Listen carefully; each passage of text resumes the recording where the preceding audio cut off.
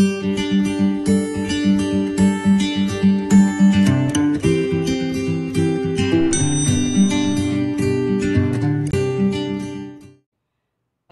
warahmatullahi wabarakatuh. Saya Dika Ardiansyah, Satuan SMK Negeri 2 Kota Bandung, akan menjelaskan tentang lembar evaluasi 4, di mana lembar evaluasi 4 terdiri atas materi PBB 4 dan PBB 4 terdiri atas 7 poin.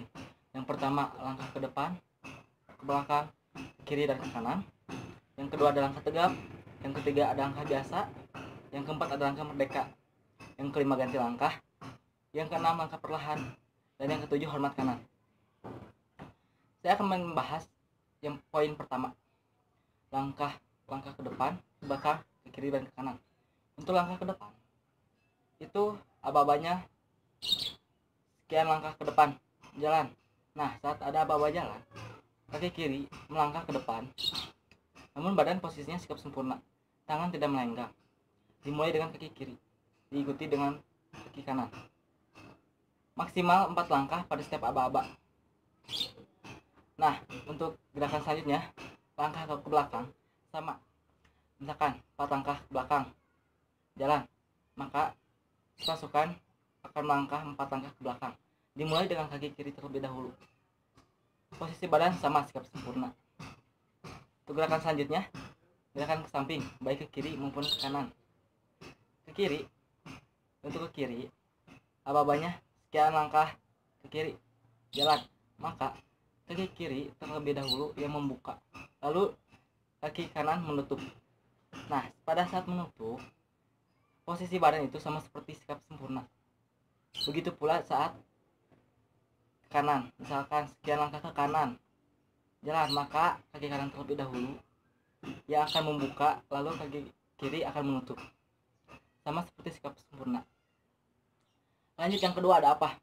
Yang kedua ada langkah tegap. Di mana apa langkah tegap? Yaitu langkah tegap maju jalan. Nah, pada saat langkah tegap, kaki pertama yang hentak yaitu kaki kiri. Kaki kiri diangkat setinggi 20 cm. Lalu tangan kanan membentuk sudut 90 derajat ke depan dan tangan kiri membentuk sudut 30 derajat ke belakang. Begitu pula dengan kaki sebaliknya atau kaki selanjutnya, yaitu kaki kanan.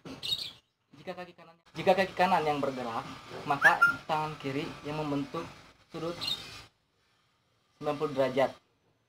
Tangan kiri membentuk sudut 90 derajat ke depan dan tangan kanan membentuk sudut 30 derajat ke belakang. Di sini paham? Lanjut ke yang ketiga. Yang ketiga ada apa? Yang ketiga ada langkah biasa. Di mana aba-aba langkah biasa yaitu maju jalan. Nah, pada saat aba-aba jalan, kaki kiri sama seperti langkah tegap untuk pertama kali. Ini langkah pertama itu saat maju jalan, yaitu kayak seperti langkah tegap, di mana kaki kiri diangkat tinggi 20 cm, tangan kanan membentuk sudut 90 derajat, dan tangan kiri membentuk sudut 30 derajat ke belakang. Dan saat langkah kedua, jalan seperti biasa, tidak memakai hentakan, dan lenggangan pun diperkecil.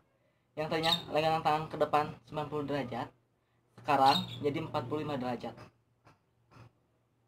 Nah, sekarang lanjut yang keempat. Yang keempat ada langkah merdeka. Langkah merdeka. Biasanya langkah merdeka digunakan pada saat maju jalan. Aba-abanya langkah merdeka jalan. Nah, aba-aba boleh jatuh di kaki kiri ataupun kanan. Saat mendengar jalan, pasukan diperkenankan melaksanakan segala aktivitas, baik membuka topi, mengobrol, mengelap keringat, ataupun kegiatan lainnya. Yang terpenting, pasukan tersebut memiliki barisan dan saf juga. Lanjut, ada yang kelima. Yang kelima ada ganti langkah, di mana ganti langkah biasanya digunakan pada saat langkah biasa maupun langkah tegap. Dengan aba-aba misal jatuh boleh di kaki kiri maupun kaki kanan, dengan catatan ditambah 1. Misalkan aba-abanya ganti langkah jalan. Nah, pada saat aba-aba jalan, jatuh pada kaki kiri, maka ditambah satu. Kaki kanan melangkah, maka ujung sepatu kaki kiri menyentuh tumit sepatu kanan.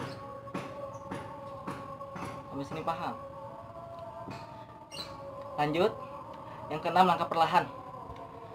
Dimana langkah perlahan biasa digunakan pada saat langkah biasa maupun saat posisi sikap sempurna.